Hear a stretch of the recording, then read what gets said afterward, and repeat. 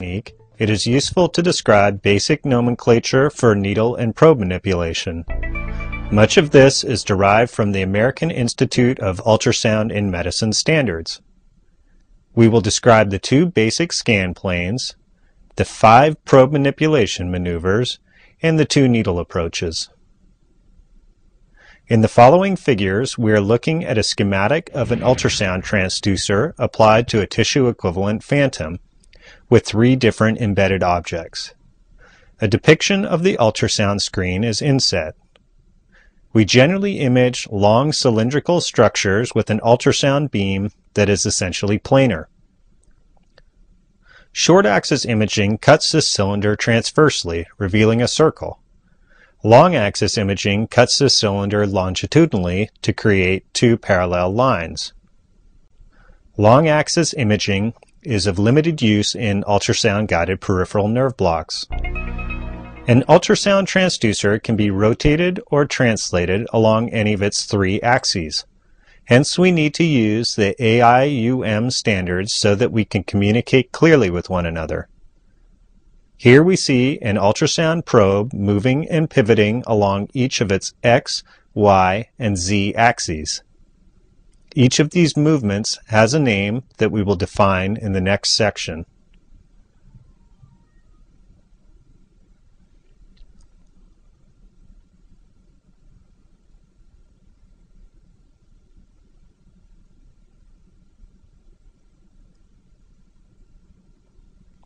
Sliding is a maneuver that translates the transducer along the course of its structure, or perpendicular to it to scan adjacent structures.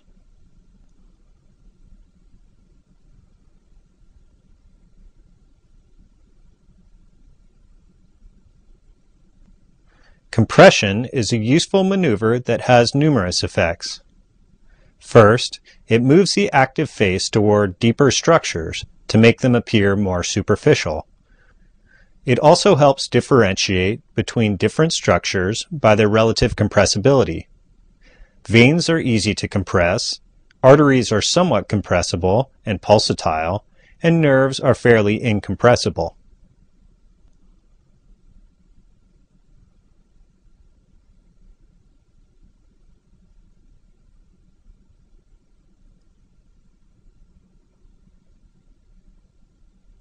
Rocking allows us to extend the plane of imaging when we are working in a narrow acoustic window.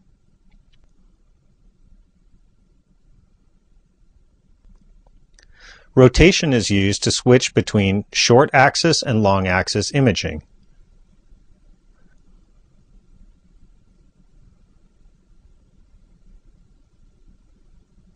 Tilting allows us to scan along the course of a structure through a narrow acoustic window.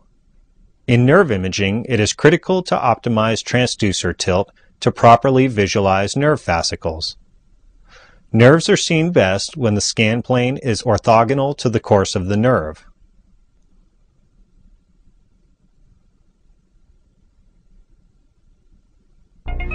Given that we are most interested in nerves imaged on short axis, we will now look at how the needle will be seen as it approaches nerves. With the out-of-plane needle approach, the needle starts in front of the plane of imaging and advances until it crosses the plane of imaging as an echogenic dot. With the in-plane needle approach, the needle is visualized on its long axis as it advances within the scan plane.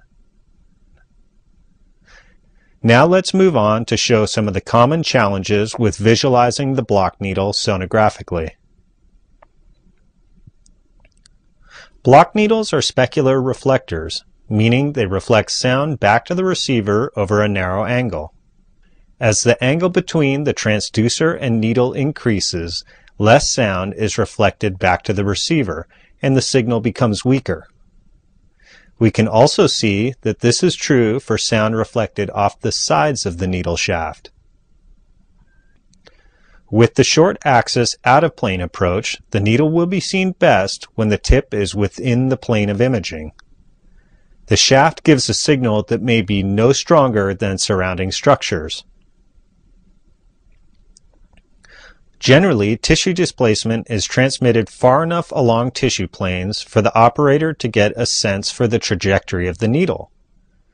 This is a dynamic process and relies on the operator's ability to detect tissue displacement created by needle movement.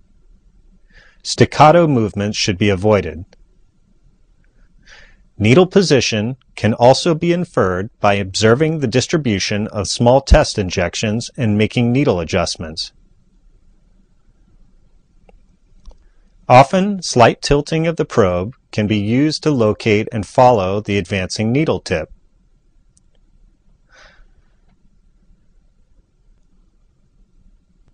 In-plane needle manipulation offers its own set of challenges. Here is a sonogram of a block needle with the transducer sliding in and out of alignment with the needle. Subtle movements of the needle or transducer can produce marked changes in visibility. This pair of sonograms shows the same needle at different angles in a water tank. The needle is much better resolved when it is inserted at a shallow angle relative to the transducer.